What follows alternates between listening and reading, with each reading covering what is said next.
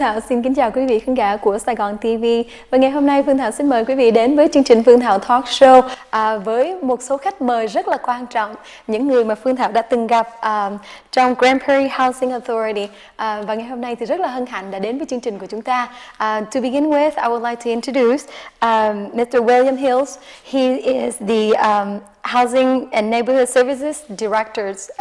How are you? Welcome to the show. I'm doing great, Angie. How are you? Great, great. I know you take friends with you today. I did. I brought my Housing Services Manager, Miss Esther Coleman, and Mr. Gary Walters, who is our Neighborhood Services Manager. Awesome, awesome. Welcome to the show. I'm very glad to have you guys here today.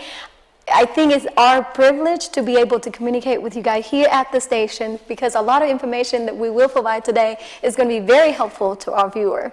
And so I'm glad. Thank you so much for coming. Well, Angie, it's our pleasure, and we really appreciate your giving us the opportunity to address and bring into a new segment of our society and let us bring that information to them that we need them to know. Awesome, awesome. So let's begin with that. What is, if I were not to know anything, what is Grand Prairie Housing Authority? What are some of the things that when say that name we should have thought about? The things that we do are people-oriented. Okay. We're a federally funded program for the city of Grand Prairie. And in that federal funding, we handle different subjects. Right. The Housing Choice Voucher, which is our Section 8 program. We also have rehabilitation programs. We have down payment assistance programs and many other programs that the federal government makes available to local entities to provide to their citizens, either based on age or income. Awesome. So let me translate that in a very short, a little bit. So kính thưa quý vị, khi mà nói đến Grand Prairie Housing Authority thì mình nói đến là một cái program mà cho nhà nước đã bảo trợ. Và cái program đó có thể nói xong là Section 8, Rehabilitations, Reconstructions, Emergency Repair, by Power Programs, và còn nhiều những cái chương trình khác nữa mà ngày hôm nay thì chắc chắn rằng Phương Thảo sẽ nhờ và sẽ hỏi những cái câu hỏi mà có thể có lợi cho quý vị để quý vị biết thêm về những cái chương trình này. So let's talk about the first one that you talked about. That would be Section 8. That's very short of it. So unless Esther would explain what is Section 8 and what is the correct way or correct name for Section 8. The correct name for Section 8 is the Housing Choice Voucher Program.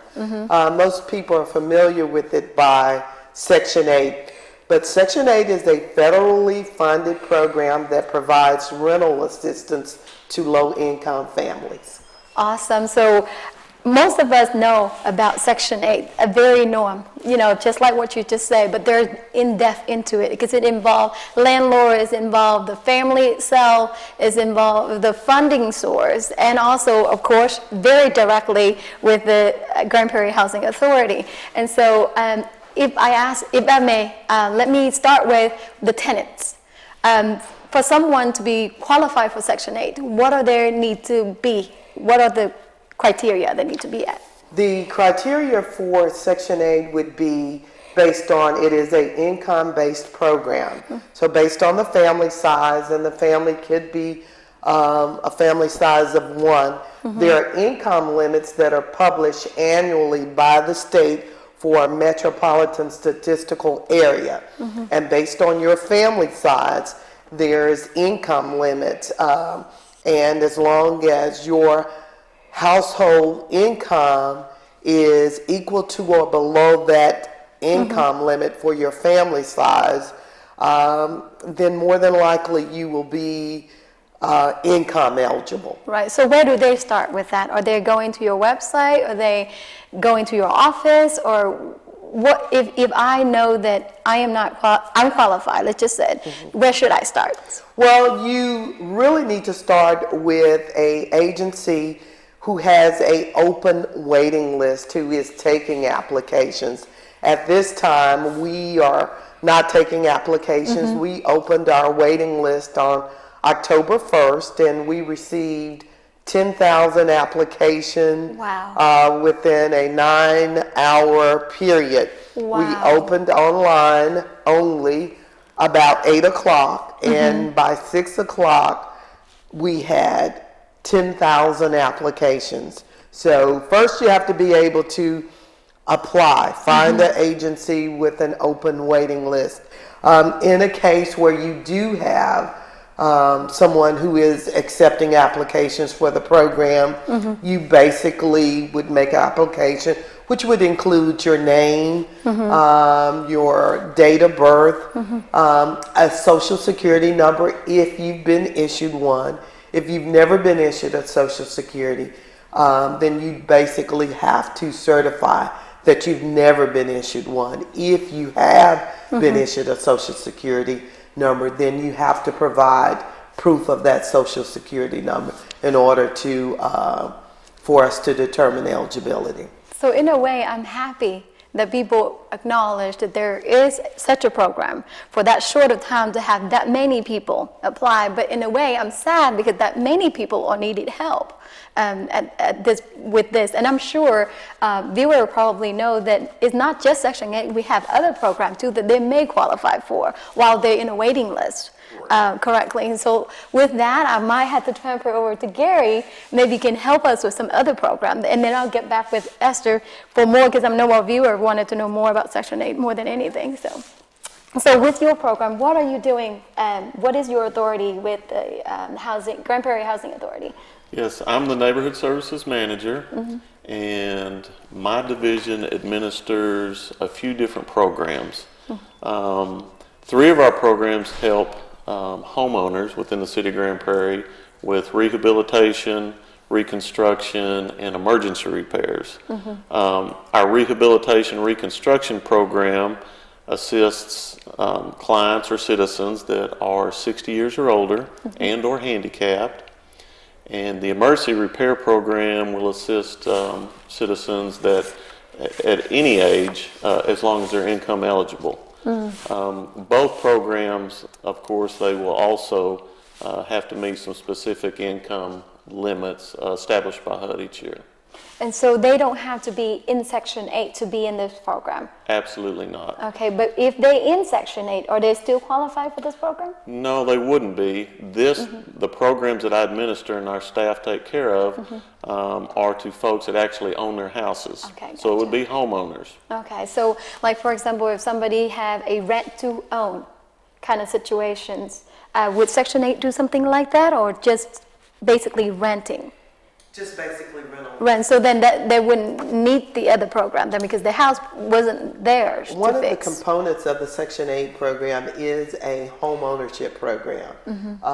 And so they could eventually purchase that house under our home ownership program, but we do not recognize the rent to own, as I understand it. Right, right. So when it comes to the emergency repair, you say that there's no age limit. What are some of the things considered emergency repair? Is it AC? Is it things that create capital to the house, roof, or what is it that consider emergency? Okay, under HUD's guidelines, it has to be something that happens unexpectedly. It has to somebody's health, safety, or welfare has to be in peril. So looking at those guidelines and applying them to the things that we take care of, for instance, or for example, we do water heaters. If a water heater breaks and it starts leaking, or they don't have any hot water, that would be an item. Yes, heating, that's another good one. It's cold right now, so folks definitely need heating, so that's one. Major leaks, if they have their plumbing system stop up and they can't use any of their facilities, that's one. We do some repairs on roofs. It doesn't cover full replacement, but if there's some damage and some leaking, things like that. But the roof and the leaking and stuff had to somehow affect their health or situations. Correct. Okay. If there was a situation where the roof was damaged and it's leaking inside, and that can get into the electrical system, and of course Safety issues. yes, there's all kinds of safety issues tied to that. So there's actually quite a few repairs we do under that program. Awesome. So when you do the repair, are you saying assistant program mean you paying for it or pay some, or how does that work? It is actually a grant. Okay. We pay for the full repair as long as they're income eligible based on their entire household income. It is a repair that we pay for the entire portion of the repair, whatever it takes. Awesome. So, I'm sorry. Go ahead. Go ahead. Up to $5,000. It has a limit of $5,000.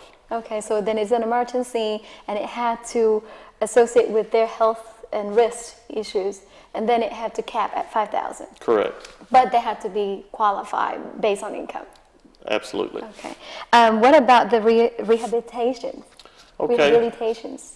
Our rehabilitation program, people can apply for that. And what it does, it will address the entire house. We'll go out, one of my coordinators will come out to the house and we assess the entire house. And we look at the house to see what all repairs we can do for the homeowners. And we eventually will do a write-up, have that work bid out and awarded to a contractor. And we follow that work throughout completion and make sure everything's done correctly and up to par. And it's all permitted through the city. All our contractors go through an approval process. And that particular program, it goes up to $25,000 in assistance.